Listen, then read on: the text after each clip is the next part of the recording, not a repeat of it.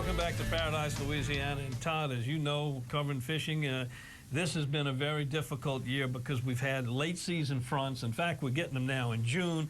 They're pretty painless. Hadn't had a lot of rain with them, and certainly doesn't drop the temperature much. But they're still coming in, and we're still getting some wind direction, which is causing some problems.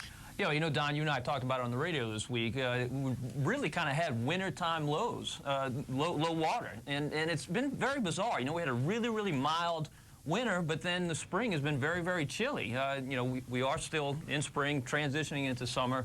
But I know you made a trip where, man, you basically faced wintertime conditions in the marsh. It was pretty unusual to see low conditions, mud flats in the marsh in this time of the year, which normally you don't see. But Mike Gallo, Angling Adventures of Louisiana, had been on a good trout bite.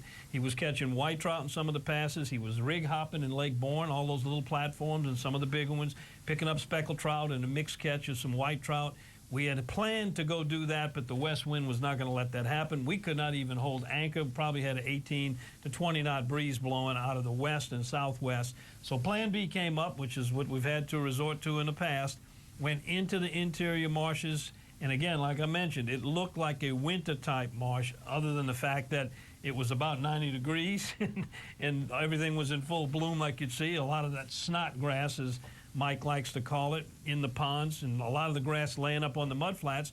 But the redfish were active, as they always are. You can pretty much catch redfish in our marshes 12 months a year. And with a situation, and I'm going to explain in this package a little bit about the difference. People always ask you, and I know they ask you, Todd, where's a good spot? Where do I go? Well, you try to stay away from spots because depending on the situation and conditions at any given time, that dictates what becomes a hot spot. And we found one of those, and when you learn to start looking for situations and scenarios instead of spots, you'll become a better fisherman. Mike Gallo is very good at it. He's a pro. He's a professional fisherman. He knows how to do it as well as anybody. So let's take you down there now, leaving from the Spots and Dots Lodge, which is on South Bayou in Slidell, headed across Lake Bourne down to that southwest corner where that marsh is in search of some redfish. Captain Mike Gallo, Angling Adventures of Louisiana. All right, good job. Well, that's the way to start the morning off. One of those nice marsh redfish.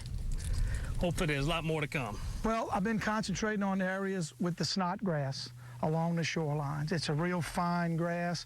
You'll see mullets. Those two is where I want to concentrate my efforts. Mullets jumping, moving in the water, clean water, and that grass along the shorelines. Today we fished shrimp under a cork, and we fished the jerkbait, which is weedless and goes through the grass very well, and both were very successful. He will. I got it. I know where Jake's at. He's a big one, too. He ain't happy either. Now don't let your line touch the boat there. You got to push your rod out to keep fishing. That's why you got visible line. Way to go. You're making this look easy. Right, you'll have low water conditions and the grass will get on the prop of your trolling motor and create some issues. A lot of times I'll just anchor, fish for 20 minutes, move, anchor, fish 20 more minutes, and just continue on down. After a while, you may put a pattern together that they're on the leeward shore or the windward shoreline. They might be in little pockets.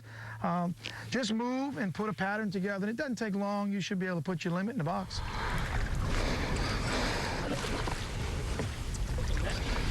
When you're fishing landlocked ponds and you have to drag your fish across land to get to you, a good stout rod and some good braided line is going to help you get those fish across the grass. I just reel them as fast as I can and kind of keep their head up and slide them right across the grass to the boat.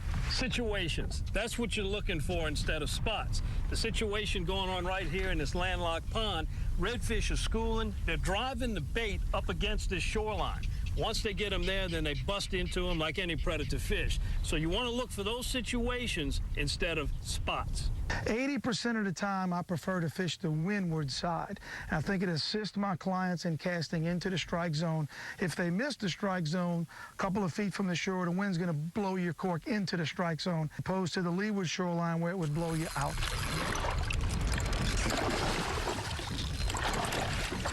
A little bit more, Dan, a little bit more. Turn him this way, Dan. Turn him in. There we go. All right, so when the wind blows from the west during the summertime, the marsh is always going to be the best. Look for those situations, and you'll end up with a great catch.